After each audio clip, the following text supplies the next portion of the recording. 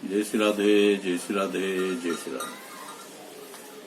प्रिय मित्रों, हनुमत ज्योतिष केंद्र श्रीधाम वृंदावन में आप सबका स्वागत है।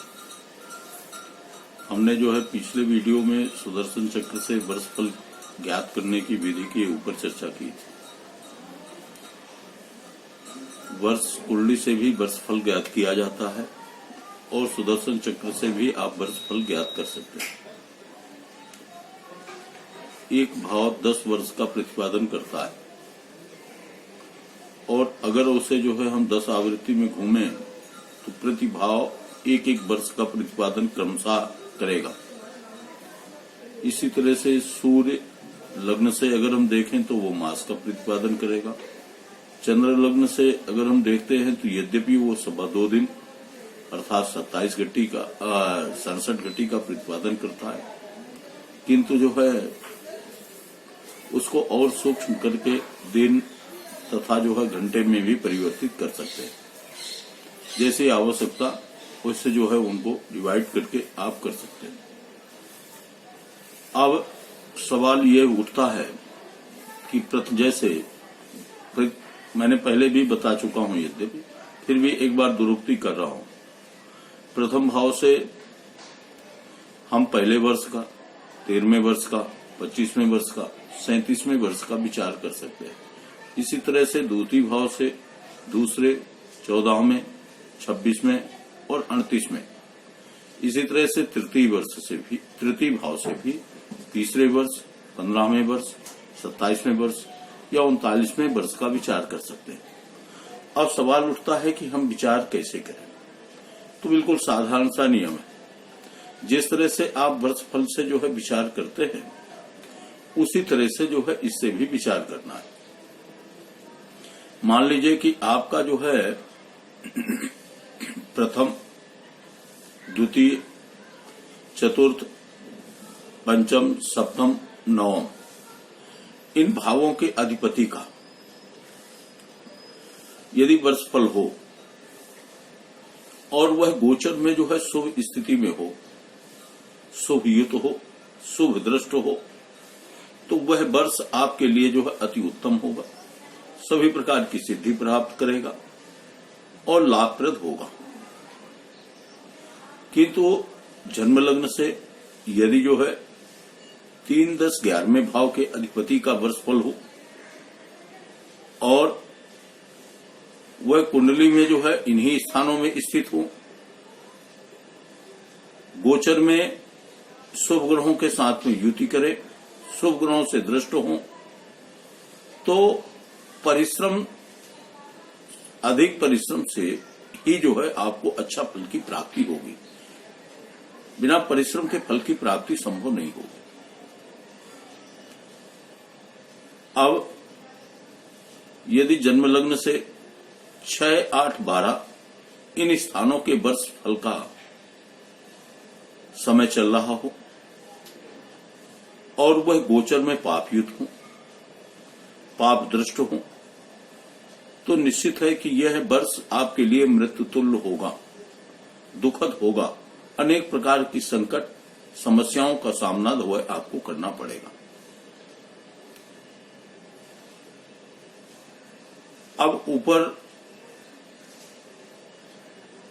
जो 6, 8, 12 की चर्चा की गई है, यदि यह शुभ गोचर में शुभ स्थिति में हो, शुभ दृष्ट हो, शुभ युत हो, तो शुभ स्थान में स्थित होने से इनका फल कुछ मध्यम हो जाएगा। किंतु यदि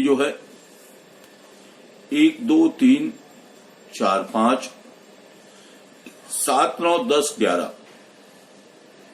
इन भावों के अधिपति का वर्षफल हो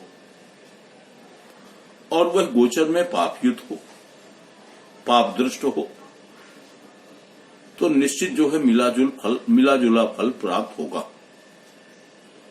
इसी प्रकार से मैंने 2 स्थानों की भी चर्चा की। 6, 8, 12 इन भावों के वर्ष फल यदि शुभ युत हो, शुभ दृष्ट हो, तब भी वह मिला जुला ही फल करेंगे।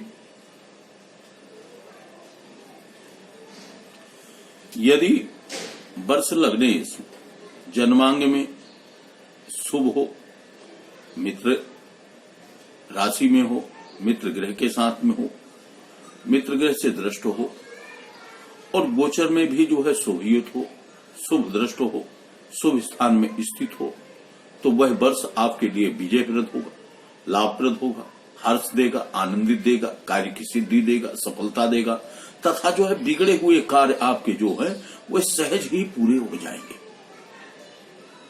और यदि वर्ष लगने जन्मांग में पाप युत हो, पाप दृष्ट हो, शत्रु राशि में हो, शत्रु ग्रह से युत हो और गोचर में भी वह पाप युत हो, पाप दृष्ट हो, तो जो है महान कष्ट देगा ये वर्ष।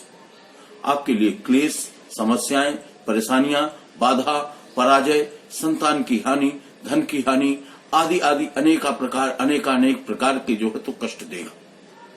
लेकिन जिस स्थान का स्वामी होगा वह वर्ष लगने उस भाव से संबंधित विशेष ह्रास या वृद्धि की प्राप्ति होगी।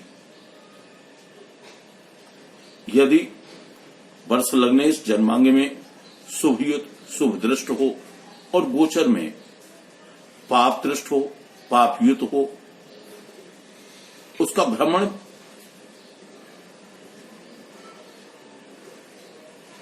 उस वर्ष लगनेश के ऊपर हो रहा हो जो जन्मांग में स्थित है, जिस राशि में था वो, तो वह शुभ फल दिखाई देगा। किंतु हाथ नहीं आएगा, ऐसा लगेगा कार्य होने वाला है किंतु कार्य होगा नहीं। और यदि जन्मकालीन पाप ग्रह से युत दृष्ट हो और गोचर में शुभ ग्रह का भ्रमण हो या दृष्टि हो तो कार्य में व्याधिक होगा और मिश्रित फल की प्राप्ति होगी। और यदि वर्ष जन्मांग में सुग्रही हो और स्वयं ही वह पाप ग्रह हो एक और गोचर में उसी स्थान पर भ्रमण करे, तो जब वह उस गोचर में उसी स्थान पर उतने ही अंशों में आएगा तब जो है तो निश्चित हानि कराएगा। जिस भाव का स्वामी होगा उस भाव से संबंधित हानि जो है तो प्रदान करेगा या हर्ष या लाभ देगा। किंतु यह निश्चित है कि यदि जन्मांग में वह ग्रह जिसने अंश में स्थित है और गोचर में उतने ही अंश में आएगा और उसी की दशा चल रही है, तो उस समय जो है वह उस भाव से संबंधित जो है समृद्धियां प्रदान करेगा, हर्ष देगा, लाभ देगा। वर्ष लग्न में वह लग्नेश पर गोचर में शुभ ग्रह या बलवान शुभ ग्रह यदि उच्च आदि राशियों में जो है भ्रमण करते हों तो वह ग्रह निश्चित जो है तो लाभदायक होते हैं, वह लाभ देंगे। वर्ष लग या लग्नेश पर गोचर में शत्रु ग्रह का परिभ्रमण या शत्रु या नीच राशि में परिभ्रमण अनेकानेक प्रकार से जो है कष्ट प्रदान करता है। मित्रों, वर्ष लग्नेश जन्मांग में जिस राशि के जितने अंश में स्थित होगा, गोचर में जब उसी राशि के उतने ही अंश में आएगा तब जन्मकालीन स्थिति और गोचर स्थिति से ग्रहों की जो है जब जब युति होगी, प्रतियुति होगी या परस्पर दृष्टि संबंध होगा या अन्योन्य संबंध होगा, तो समान अंश में आने पर वह उस भाव से संबंधित फल को जो है प्रदान करेगा अपने स्वभावानुसार, अपने बलानुसार। यह बात भी जो है तो नहीं भूलनी चाहिए कि जब वर्ष लग्नेश जन्मांग में जिस स्थिति में है, गोचर में जब उसी स्थिति में आएगा तो जो है वह उस भाव से संबंधित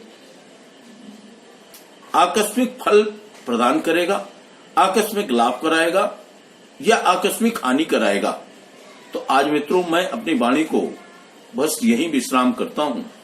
जब कभी अवसर मिलेगा तो और जो है इन विषयों पर जो है तो प्रकाश डालेंगे। तब तक के लिए आप सबको जय श्री राधे, जय श्री राधे। आप सबके जीवन में आनंद हो और श्री बांके बिहारी की कृपा बनी रहे। जय श्री हरि, जय श्री हरि। हमारे वीडियो को देखें, सब्सक्राइब करें, लाइक करें। जब सब्सक्राइब करेंगे तभी मनोबल बढ़ेगा। राधे राधे, राधे राधे, राधे राधे।